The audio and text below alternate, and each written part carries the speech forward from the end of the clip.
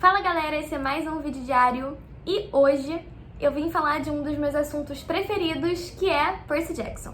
E temos uma convidada ilustre nesse vídeo, que é Daenerys.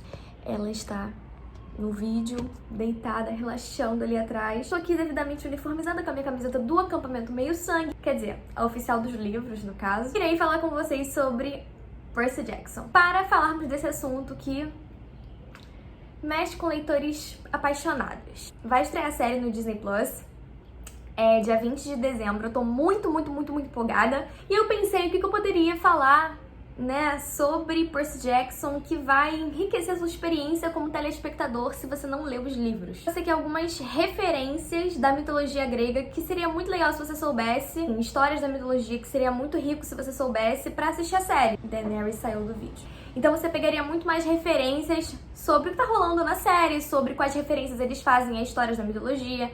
Então eu trouxe alguns assuntos pra gente conversar. E se vocês gostarem desse tipo de vídeo, já se inscreve no canal, curte esse vídeo, deixa nos comentários quais assuntos vocês gostariam de saber sobre o Percy Jackson que eu posso trazer aqui no canal pra vocês. Então, o primeiro tópico que eu resolvi falar é sobre a espada do Percy Jackson, que se chama Anaclusmus, que traduzindo pro português é contra-corrente. É uma caneta e quando você aperta o botão ela vira uma espada. Só que essa espada não foi inventada pro livro. Essa espada existe, né, na mitologia, mas na mitologia ela não era uma caneta, né? Isso aí foi uma adaptação que fizeram pra ter uma modernidade na história e tudo mais. Mas na mitologia grega, ela era uma espada que pertencia a Heracles, ou Hércules, enfim, você chama como você quiser. E ele ganhou essa espada pra matar um dragão de 100 cabeças, que guardava a árvore da imortalidade. Então, Hércules derrotou esse dragão com a espada que hoje é do Percy, só que antes não era uma caneta, né? Óbvio, porque não existe a caneta na época do Hércules. Essa espada, ela foi forjada no Monte Etna e esfriada no Rio Lete, que é um rio que fica nos Campos Elíseos, dentro do mundo inferior, que é o território de Hades, né? E o Rio Lete é o rio do esquecimento, caso vocês queiram saber. O próximo tópico é sobre o Minotauro. O Minotauro é uma das criaturas com as quais o Percy vai lutar ao longo do livro Ladrão de Raios. Ele se depara com o Minotauro quando ele tá indo em direção ao acampamento Meio Sangue. E no filme a gente vê esse Minotauro também. Na série, bem provavelmente vamos ver, porque já apareceu no trailer que ele aparece, pra gente entender mais ou menos como o Minotauro aparece na mitologia grega. O Minotauro é a mistura de um humano com um touro, assim, fisicamente, né? Uma mistura. Na mitologia grega, ele foi morto por Teseu. E na história original, o Minotauro foi aprisionado em um labirinto em Creta. E aí Teseu vai até lá e derrota ele. Então assim, o Percy ele enfrenta vários personagens mega importantes que apareceram na história de outros semideuses muito famosos na mitologia. Então isso é legal, sabe? Você vai ver, putz, ele tá passando pela mesma coisa que Hércules, pela mesma coisa que Teseu, pela mesma coisa que, enfim, vários outros. Ao longo de todos os livros nós temos referências a missões de outros semideuses, né? Semideuses da mitologia de fato, tanto romana quanto grega, né? Isso aí, romana é mais pra frente na segunda saga. Mas esse é um assunto pra outros vídeos, se vocês quiserem. Então, o Minotauro, ele aparece pro Percy quando ele tá indo pro acampamento Meio Sangue e o Minotauro mata a mãe dele.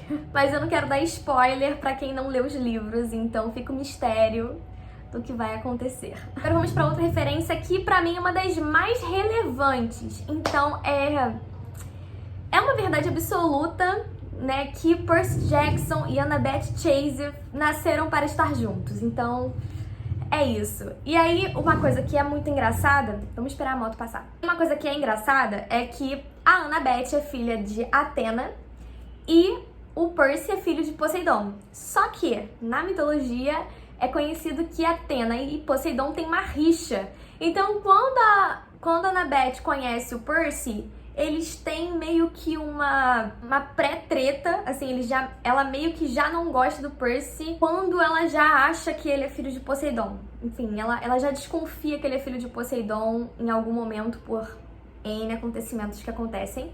E quando isso é revelado, ela tem meio que uma rixinha com ele, ela chama ele de cabeça de alga, mas logo eles ficam amigos. E aí eu vou explicar pra vocês de onde vem essa rixa. Ela é a deusa da sabedoria, né? Das estratégias de batalha, e o Poseidon, ele é o deus dos mares, dos oceanos, das águas. E aí, como é que começa essa treta? Poseidon e Atena queriam ser patronos da mesma cidade, só que não dava para ter 2 patronos, então eles ofereceram aos cidadãos daquela cidade presentes. Poseidon ofereceu uma fonte de água salgada e Atena ofereceu uma oliveira, né? Que dá oliva, no caso. E a cidade escolheu a oliveira, porque é muito mais útil do que uma fonte de água salgada. Essa rivalidade de, putz, escolheram ela, não me escolheram e tal. E aí essa rivalidade continua, porque um dia Atena pega Poseidon e Medusa profanando seu templo. E como ela não é boba nem nada, né? Ela é simplesmente uma guerreira extraordinária e uma deusa grega, ela não deixa barato isso, óbvio, e transforma a Medusa em um monstro. E aí ela se torna o monstro que a gente conhece, a Medusa de fato. E aí a gente entra na próxima referência, que é a Medusa. Então quem era a Medusa? A Medusa era uma mulher linda, mortal. Ela era mortal, muito linda, bela.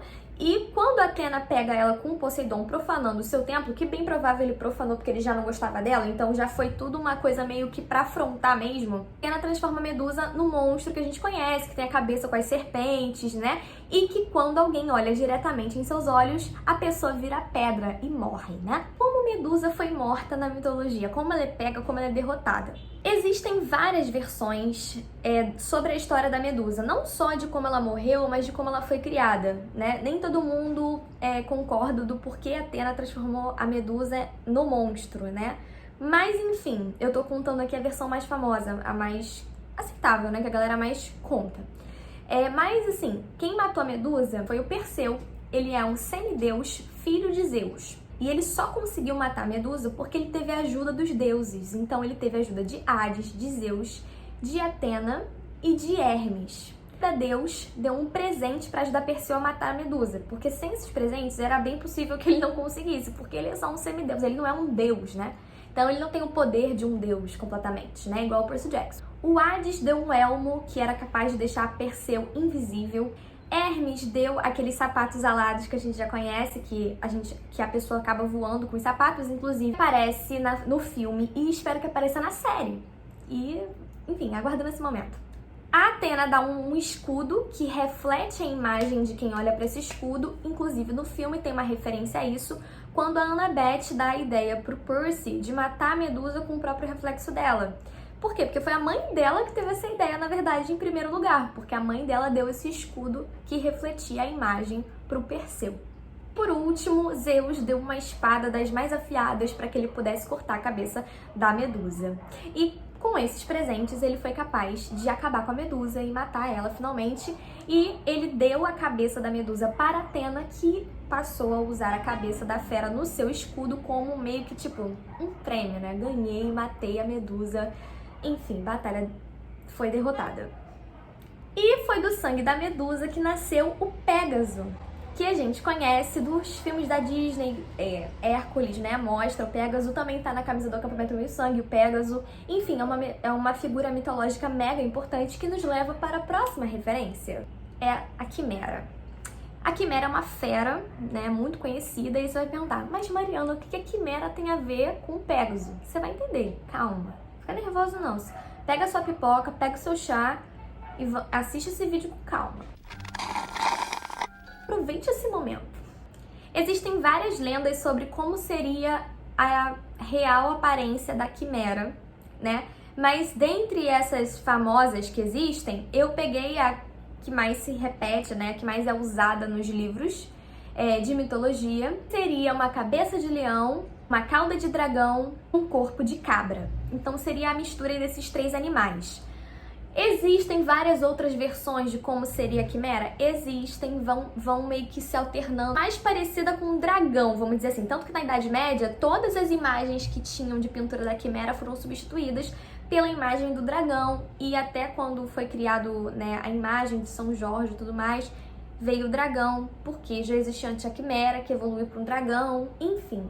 é uma evolução aí dessa figura, desse monstro, né? Foi morta por um semideus chamado Belorofonte, que é filho de Poseidon. Então era um semideus filho de Poseidon, como Percy Jackson. Como eu já disse, os semideuses não conseguem matar criaturas assim tão mirabolantes sozinhos, né? Eles precisam de ajuda, ou de um presente, ou de algo especial para conseguir acabar com esse monstro. Assim como a gente vai ver nos livros do Percy Jackson, ele tem sempre a ajuda de um deus para conseguir matar monstros como esse, né? Ele tem sempre uma espada que tem um ferro específico, ou um tênis que voa, enfim, ele vai ganhando várias coisas ao longo do caminho, que ele vai conquistando com as suas batalhas, para ajudar ele a derrotar, né, os monstros que vão encontrar o seu caminho. E aqui não é diferente. O Belorofonte ganha a ajuda da Atena. A Atena ajuda ele com uma arma e, além disso, ele consegue reivindicar o Pégaso. Então ele usa o Pégaso, né? O Pégaso vira o seu grande companheiro de batalhas, mas a arma que a Atena dá pra ele, que é como se fosse uma rédea de ouro, enfim. Com essas duas coisas, né, com o Pégaso e com a arma dada por Atena, ele consegue derrotar a Quimera. E aí, o ego do ser humano, né? Se o ser humano já tem ego, imagina um deus grego, né, que é o mais inflado de ego, de egoísmo que existe, é um deus grego. E não podia ser diferente um humano misturado com um deus, né? Um semideus. E aí esse ego do Belorofonte leva ele a achar que ele é tão digno, tão incrível, que ele matou a Quimera, que ele merece o Olimpo. E aí ele vai até o Olimpo com o Pégaso dizer isso: galera, olha só, eu mereço estar aqui, porque eu matei a Quimera. E Zeus acha isso um absurdo. Ele fala: quem é esse cara pra dizer que ele merece ou não, né? Eu que mando nisso aqui, eu que vou dizer, né? Ele chega lá, Zeus fica tão pistola, que ele teve essa audácia, que manda uma vespa picar o Pégaso cai, e junto com o Pégaso, o Belorofonte também, e a Atena consegue dar uma ajuda final de tornar pra ele não morrer na queda. Ela consegue fazer uma coisa, não sei se magia é o nome, pra que ele não caia na queda. Então, a queda dele é amortecida pela Atena. Mas ele morre depois, tentando encontrar o Pégaso. Ou seja, ele fica anos a fio procurando o Pégaso, e quando ele cai, ele fica machucado. Então ele morre como um mendigo que ficou procurando o Pégaso até o dia da sua morte. E então ele não morreu matando a Quimera, mas morreu de burrice. Porque quem mandou ir no Olimpo dizer pra Zeus que você acha alguma coisa? Zeus é que manda, né, meu filho? E por último, a minha referência preferida de todas, porque envolve cultura pop e mitologia grega, e Percy Jackson. Os livros de Percy Jackson fazem isso como ninguém, porque eles brincam com a mitologia e misturam com a cultura pop. Isso é muito interessante da gente ver, porque de acordo com o livro, o Olimpo se adapta ao mundo, e conforme o mundo evolui, o Olimpo também tem que se adaptar às suas figuras, às suas personificações, etc., para que o povo ocidental, né, da atualidade, entenda, né, as mensagens que o Olimpo quer passar, tal. Então isso é bem interessante. Esse Lotus, ele vem da árvore de Lotus, né, que aparece nas histórias de Odisseu, né? Odisseu encontra a árvore de Lotus, e existia uma tribo que comia do fruto da árvore e causava os mesmos efeitos que a gente vê no Cassino de Lotus. Então, pra quem não lembra, o Cassino de Lotus é um cassino que fica em Las Vegas, isso na história de Percy Jackson. Lá dentro eles oferecem um biscoitinho, tipo um petisco, e quando você come, você vai esquecendo por que você chegou ali, como você chegou ali, e você fica preso ali dentro, você não quer ir embora, você não lembra porque você tem que ir embora, e você fica preso lá por anos, e você não se dá conta de que você tá preso, e você para no tempo também, você não envelhece, você não... Enfim, sua aparência continua a mesma pra você, como se não tivesse passado anos, é como se tivesse passado dias, talvez, mas você tá ali há muito, muito tempo, você não se dá conta. É um lugar que prende almas, né? E domina as almas somente com desejos humanos supérfluos, né? Então, tipo, a gula, né, o desejo, tudo isso é te oferecido quando você tá sob o efeito do petisco, do Cassino Lotus, e você vai ficando ali, tipo, jogando, fazendo apostas, comendo que nem um desesperado, etc e tal. O Odisseu encontra essa tribo que tá comendo do fruto da árvore de lótus, e esse fruto é oferecido para os seus companheiros de viagem, né, que estão viajando com ele. E ele percebe que esses companheiros têm esse efeito de ficar lá sem lembrar por que tem que ir embora, não querendo ir embora, ficando meio que aprisionados, e ele consegue arrastar um por um para longe, para sair dali, e ele se dá conta do que é a situação. E que todo mundo daquela tribo tá sob o efeito do fruto. Então, é assim que essa referência aparece na mitologia, né, na história de Odisseu, que também é um semideus. E tem uma outra referência à cultura pop nessa questão do Cassino Lotus, que é o que eu ia falar, que o James Dean é citado no livro.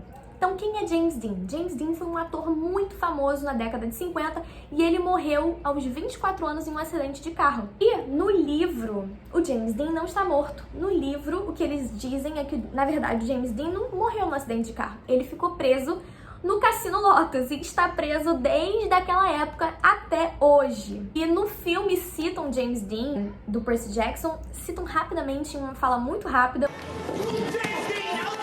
Mas no livro, a gente chega a ouvir um pouco da história do James Dean. Inclusive, James Dean é um semideus na história do Percy Jackson, que é filho de Afrodite. Então, Percy Jackson faz essa mistura aí de tipo, isso aconteceu na vida real? Porque, na verdade, existe um semideus, existe uma coisa da mitologia, né? Que antigamente era assim que acontecia, né? Vamos explicar como Atena foi fundado. Vamos botar mitologia, né? Tudo se misturava porque era a crença daquele local. Então Percy Jackson brinca com isso de uma forma mega inteligente e criativa. Acho que é isso. Essas são as macro referências que você deve ter para assistir a primeira temporada de Percy Jackson. Eu espero que todas essas referências apareçam na série. Eu tô com uma expectativa, assim, muito alta, mas pé no chão, sabe? Também não quero ficar falando, nossa, vai ser perfeito, porque eu não quero me frustrar. Mas eu também tô muito animada pra ver, assim, as propostas de mudança que o Rick, o escritor, né, tá oferecendo pra série. Eu acho que vão ser muito legais. Eu amei o casting, o elenco, nas falas, que já deu pra ver poucas coisas do trailer. Eu achei que eles foram muito bem escalados, então eu tô muito animada pra ver o que vai sair. Só de ver o nome dos capítulos, né, dos episódios, e ver que são os mesmos nomes de alguns capítulos do livro, já me deixa também muito empolgada, porque vejo que o livro foi algo que eles se basearam, que eles usaram de fato como ali uma coisa útil para as gravações e para o roteiro. Então isso me deixa muito, muito, muito animada. E mais animada ainda de saber que o Rick Riordan, né, que é o autor dos livros, está mega incluído na produção, mega incluído em todas as escolhas, no roteiro e em tudo. Isso me dá mais ainda expectativa de que as coisas vão ser muito bem feitas, muito pensadas, muito bem elaboradas para essa série que tem tudo para dar certo, né? Espero que a Disney invista nisso e a gente tenha aí muitas temporadas, porque assim, Percy Jackson tem muito pano pra manga, são 10 livros e agora acabou de sair mais um. Então, o que não falta é pano pra manga pra gente ter mais história, mais coisa pra falar. Enfim, se vocês gostaram desse vídeo, deixa um like aqui embaixo, se inscreve no canal e deixa aqui nos comentários se vocês querem ver mais coisas de Percy Jackson por aqui e se quiserem o quê, e eu trago nos próximos vídeos. É isso, beijos e tchau, pessoal!